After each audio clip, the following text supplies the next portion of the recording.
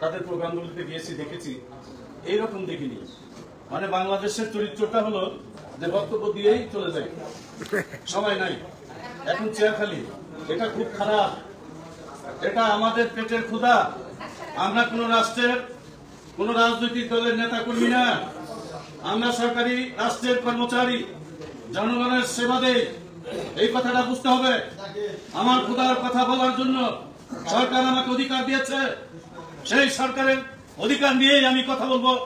রাষ্ট্রের জনগণের সেবা আমার উপরে অর্পিত দায়িত্ব, আমি সঠিকভাবে পালন করব। আজকে আমাদের দেশে কি হচ্ছে কর্মচারী ভাইয়েরা একটু লক্ষ্য করে দেখবেন। নিষ্পেষিত, নির্যাতিত যারা একদিন কথা বলতে পারত না, তারা আজকে কথায় কথায় সাসপেন্ড করে, কথায় কথায় বন্দী করে, কথায় কথায় আপনাদের উপর অত্যাচার করে, আর আমরা করে পেটের ভাত জোগাড় করতে পারি না। রাষ্ট্রের সেবা দিয়ে আমরা উন্নয়ন করছি, দেশে বড় বড় কথা বলছি, কারা করছে? কর্মচারী ভাইয়েরা করছে।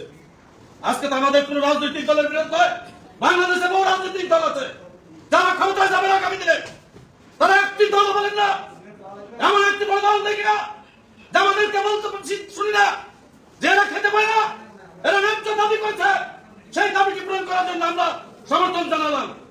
আমাদেরকে ভেবে দেখতে হবে, যারা আগামী দিনে আমাদের পাশে থাকবে, যারা আমাদের কথা বলবে, তাদের কথাও আমরা বিবেচনা করা পরিষ্কার কথা। আজকে আমরা বলতে চাই, সম্মানিত পে কমিশনের সম্মানিত নেতৃবৃন্দ, চেয়ারম্যান সহ দীর্ঘদিন যে পরিশ্রম করেছেন, যে অধিকার বাস্তবায়নের জন্য কাজ করেছেন, শত হাজার মানুষের আত্মদানের মধ্য দিয়ে, যে রক্তের পাও দিয়ে অন্তর্বর্তী সরকার ডক্টর ইউনূস সাহেব দায়িত্ব নিয়েছেন বৈষম্য দূর করার জন্য।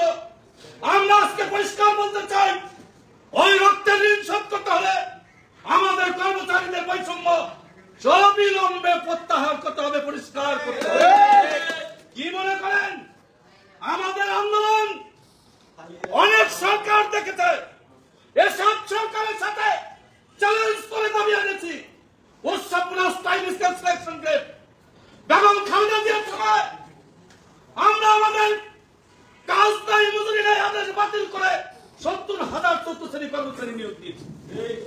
আমরা পোশাক আদায় করেছি, প্রত্যেকটা জিনিস আদায় করেছি।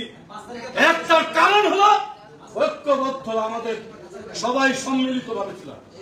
আজকে এই পে কমিশন গঠন হতো না ১৫ বছর, আরো ৫ বছর হতো না যদি ওয়ারেস ভাই আর লুৎফর রহমানের আর যদি রফিকুল ইসলামের এই দাবি আদায় ঐক্য পরিষদ না থাকতো। আমি চ্যালেঞ্জ করে বলতে পারি, আরো ৫ বছর পে কমিশন গঠন হতো না। আজকে সেই কমিটি গঠন হয়েছে।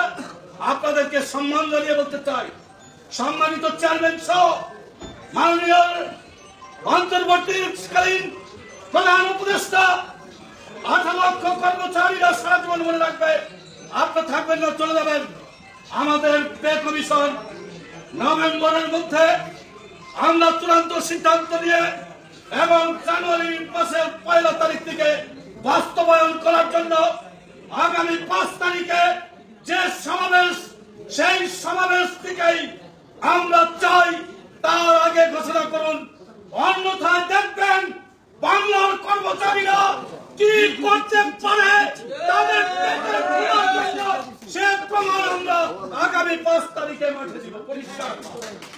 আমি আমার বক্তব্য দীর্ঘায়িত না করে, দীর্ঘক্ষণ আপনারা বক্তব্য শুনেছেন, শুধু আপনাদের আন্তরিকতা চাই, বক্তব্য দিয়ে চলে যাবেন না, আন্তরিকতা ভাবে আসুন সবাই মিলে ভালো মন্দ সিদ্ধান্ত নিয়ে আমরা আমাদের কাজটি করি। আমাদের শত্রু কেউ না।